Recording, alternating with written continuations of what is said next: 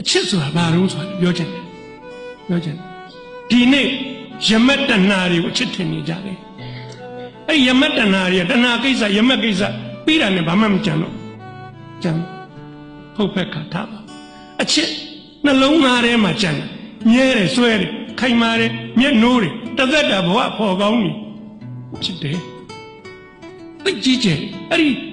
ယတ္တသင်္ခါရအရေးကြီးဆုံးအဲ့ဒီအချစ်ကိုသေးသေးသိမ့်သိမ့်မမှတ်ယူသင်ဘူးလို့ပြောချင်ဒီတော့ကျွန်တော်သူ့ကိုခွင့်တောင်းတယ်တနေ့လောက်တွေ့ချင်ပါလေ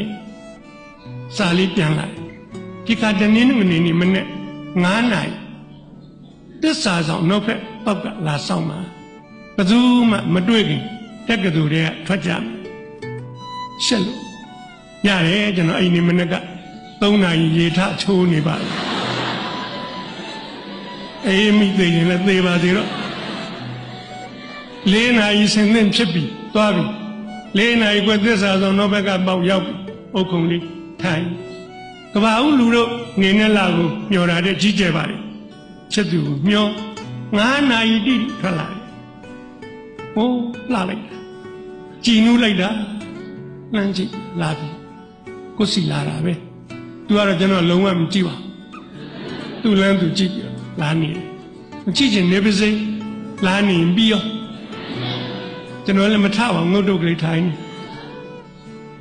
ကျွန်တော်နားရောက်ပြီးစောင့်နေတာကြာပြီလားမေးပါသူနဲ့မပတ်သက်တယ်လို့ပါပဲကျွန်တော်ရှေ့တဲ့ရောက်ပြီးမရက်ဘူးဆက်သွားတယ်သွားပေါ့ကျွန်တော်သိတာပဲကျွန်တော်မတ်တထပြီးတော့သူဘေးနာလိုက်ပါပခုံးချင်းမထိရပါဘူးမထိပါထိဖို့မလိုပါဘူးမထိချင်နေပါစေဘေးချင်းရှင်သွားနေရကောင်းလိုက်တာကြည်နူးအချစ်ဆိုတာအဲ့ဒါနူးညက်တယ်ပိန်မွေ့ထိမှမဟုတ်ဘူး